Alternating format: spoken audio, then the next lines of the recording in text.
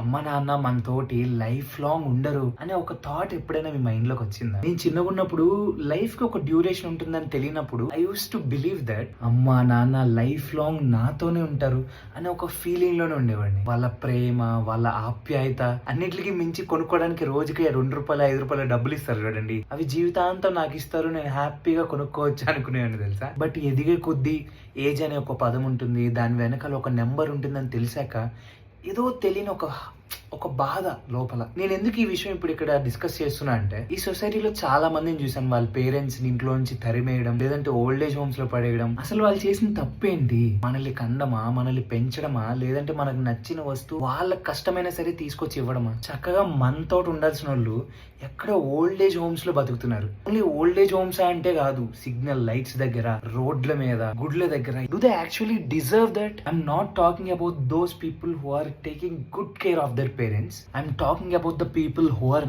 Not. ఈ video చూసిన వాళ్ళు ఒక్కరైనా సరే పేరెంట్స్ ని ఇంటికి తీసుకొచ్చి హ్యాపీగా చూసుకుంటే I'm the most happiest person. మహా అయితే ఏముంటుంది, మనకు వచ్చే జీతంలో ఒక 1000-2000, మహా అయితే 3000 వాళ్ళ పైన ఖర్చు పెడతాం. లేదంటే మనం తినే అన్నం ముద్దలో ఒక ముద్ద తీసి పక్కన పెడితే చాలు. సో వీలైతే వాళ్ళు ఉన్నంత వరకు హ్యాపీగా చూసుకుందాం డూడ్.